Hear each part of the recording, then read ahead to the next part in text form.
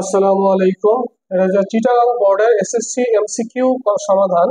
তোমরা এখানে 1 নম্বর অঙ্কটা ছিল এরকম চিত্র, যে এই যে ত্রিভুজ দেওয়া ছিল, এখানে চিত্র দেখছো, এখানে এক্স দেওয়া আছে, এক্স এর মান এটা 50 ডিগ্রি, এটা 120 ডিগ্রি। ঠিক আছে, এখন বলছে কি যে এক্স এর মান, নিচের এক্স এক্স কোণের মান কত। এখানে দেওয়া আছে দেখো, 50 ডিগ্রি, 60 ডিগ্রি, 70 ডিগ্রি, 130 ডিগ্রি। ওকে, এখন কথা হলো যে আমরা এইটার এক্স এর মান আমরা বের করবো, এক্স এর মান কত হবে। তাহলে এখন তোমরা অবশ্যই জানো যে আমাদের সর্বপ্রথম একটা জিনিস জানা দরকার আছে, ত্রিভুজের 3 কোণের সমষ্টি হচ্ছে 180 ডিগ্রি। 3টা কোণ, এই কোণ, এই কোণ, এই কোণে 3টা কোণ যদি যোগ করি তাহলে 180 ডিগ্রি হয়। ওকে, তো তাহলে এখন দেখো এখানে কত সহজ হয়ে যায়, যে এইটুকু হচ্ছে তোমার একশো, একশো কি 120 ডিগ্রি। 120 ডিগ্রি হলে আগে আমাদের এই কোণটা বের করতে হবে, এই কোণটা কত হবে। এই কোণ আমরা কি জানি? এই কোণ জানি না। তোমরা অবশ্যই দেখছো যে এরকম, এই যে এই কোণটা যদি হয়, এই কোণটা কি বলতে পারো? এই কোণটা হচ্ছে এক সরল কোণ। দেখো তো এখান থেকে এই কোণটা উৎপন্ন হয়েছে কিনা। এক সরল কোণ, এটার মান হচ্ছে 180 ডিগ্রি। ওকে, 180 ডিগ্রি যদি হয়, তাহলে দেখো যে এইটুকুর মধ্যে এই এই পুরাটুক হচ্ছে 180 ডিগ্রি। তাহলে 180 ডিগ্রি যদি হয়, তাহলে আবার এইটুক হচ্ছে 120 ডিগ্রি। 120 থেকে যদি, 180 থেকে যদি আমি 120 বাদ দিই, তাহলে অবশ্যই কত হবে একটা তো তুমি বুঝতে পারছো। তাহলে অবশ্যই হচ্ছে 60 ডিগ্রি, তাই না? তার মানে এইটুকু হচ্ছে 60 ডিগ্রি। বুঝা গেছে? এইটুকু হচ্ছে 60 ডিগ্রি। তাহলে এখন দেখো যে এইটুকু যদি 60 ডিগ্রি হয়, তাহলে এইটুকু হচ্ছে কত? এই কোণ কত? এটা হচ্ছে তোমার 50 ডিগ্রি। তাহলে আমি কিছুক্ষণ আগে বলেছি যে ত্রিভুজের 3 কোণের সমষ্টি, মানে এই কোণ, এই কোণ, এই কোণ সমান হচ্ছে 180 ডিগ্রি। তাহলে এখন দেখো যে এক্স প্লাস এই 50 ডিগ্রি কোণ যোগ 60 ডিগ্রি সমান হচ্ছে কত? 180 ডিগ্রি। ওকে, তাহলে 50 আর 60 কত হবে? এক্স যোগ 50 আর 60 হচ্ছে তোমার 110 ডিগ্রি, সমান হচ্ছে কত? 180 ডিগ্রি। বা এক্স ইকুয়াল হচ্ছে 180 বিয়োগ হচ্ছে 110 ডিগ্রি। তাহলে 110 ডিগ্রি সমান কত হবে? 180 থেকে 110 ডিগ্রি বাদ গেলে 70 ডিগ্রি। ওকে, এই 70 ডিগ্রি হচ্ছে এই এক্স এর মান, এটা হবে 70 ডিগ্রি। ক্লিয়ার? অ্যান্সার দেখো এখানে কোথায় আছে, ক সমান 50, এটা 60, এটা 70, এটা হচ্ছে 100, এটাই আনসার। ক্লিয়ার? অবশ্যই তোমরা হয়তো বুঝতে পেরেছো।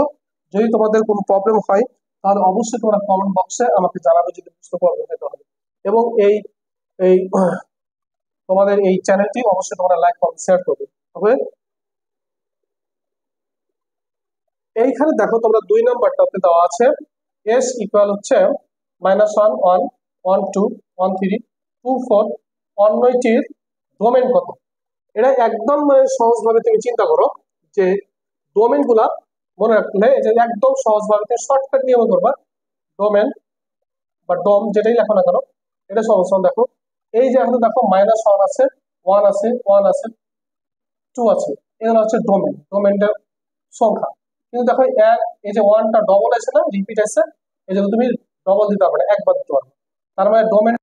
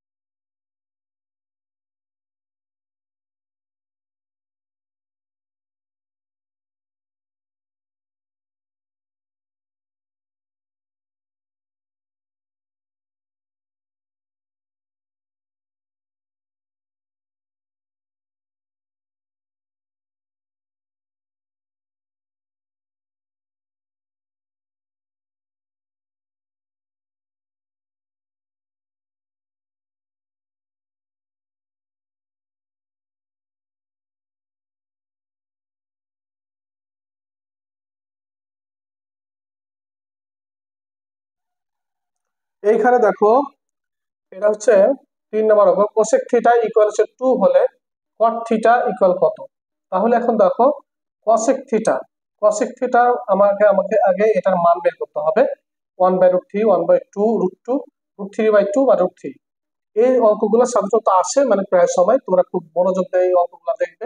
কসেক থিটা হচ্ছে কি 1/sin থিটা, 1/sin থিটা। এটা কসেক থিটা সূত্র হচ্ছে 1/sin থিটা সমান হচ্ছে 2। তাহলে অবশ্যই তুমি একটা চিন্তা করো যে সাইন থিটাকে যদি উল্টে দিই তাহলে কত হবে। এটা যদি উল্টে দিই, এটা নিচে মনে করো 1 আছে, এটা উল্টে দিলে কি হবে, sin/1 হয়ে যাবে, তাই না? আর এটা হচ্ছে কি 1/2, এটাকে উল্টে দিলাম, বিপরীত গঠন করলাম, ঠিক আছে? তাহলে দেখো এখানে কত হয়, সাইন কে 1 দিয়ে যদি ভাগ করো তাহলে সাইনই হয়। তাহলে সাইন থিটা ইকুয়াল হচ্ছে কত, 1/2। সাইন থিটা ইকুয়াল 1/2 পেলাম, তাহলে বলছে কট থিটার সূত্র কত, কট থিটার মান কত, এটা বের করতে বলছে, তাই না?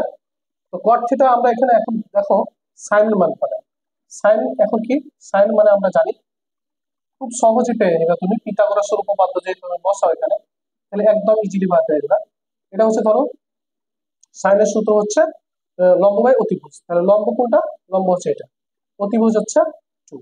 তাহলে দেখো তো এটা কি, এটা অবশ্যই ভূমি। তাহলে ভূমির মান তোমরা অবশ্যই জানবে যে ভূমি,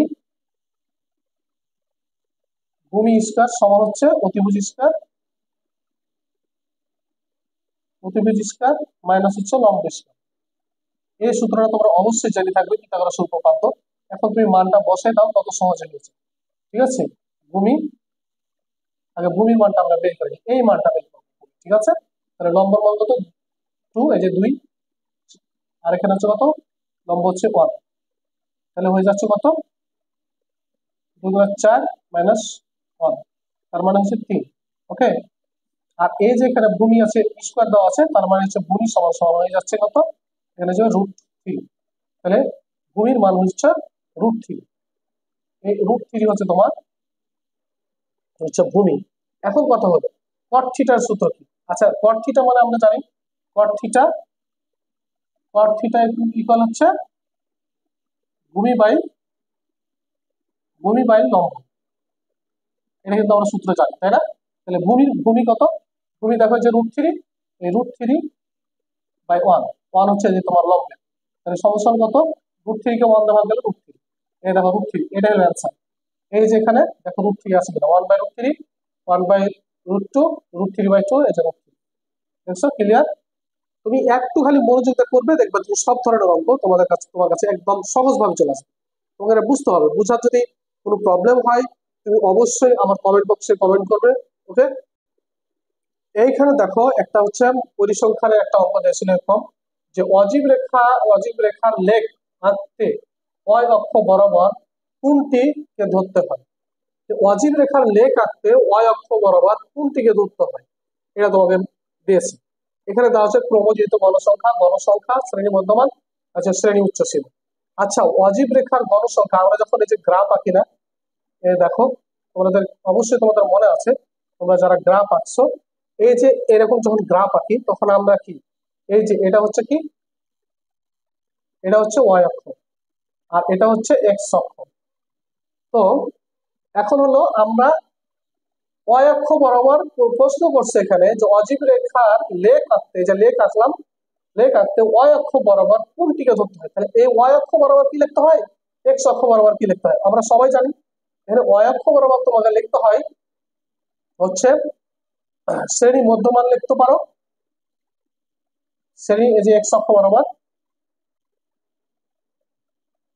শ্রেণী মধ্যমান লিখতে পারো। ওকে, শ্রেণী মধ্যমান, শ্রেণী মধ্যমান এক্স অক্ষ বরাবর এটা চলে। আর এখানে তুমি শ্রেণী উচ্চ সীমা লিখতে পারো। ওকে, এটা কোনো সমস্যা নাই, শ্রেণী উচ্চ সীমা, শ্রেণী উচ্চ সীমা, ঠিক আছে? এটা এক্স অক্ষ বরাবর, ঠিক আছে? কিন্তু এখানে বলেছি প্রশ্নকে ওয়াই অক্ষ বরাবর কি লেখা যায়, ওয়াই অক্ষ বরাবর অবশ্যই তোমাকে লেখা হবে ক্রমজিত গণসংখ্যা। কারণ আমাদের লেখ আঁকতে গেলে এটা গণসংখ্যা লাগবে না, এখানে গণসংখ্যা লাগবে না, এখানে কি লাগবে, এটা হচ্ছে ক্রমজিত গণসংখ্যা, মানে সবসময় গ্রাফটা হয়ে যায় এরকম ভাবে চলে যায় উপর দিকে, উপর দিকে এরকম হয়ে যায়, ঠিক আছে? যে গ্রাফটা, এই যে অজীব রেখা আঁকতে গেলে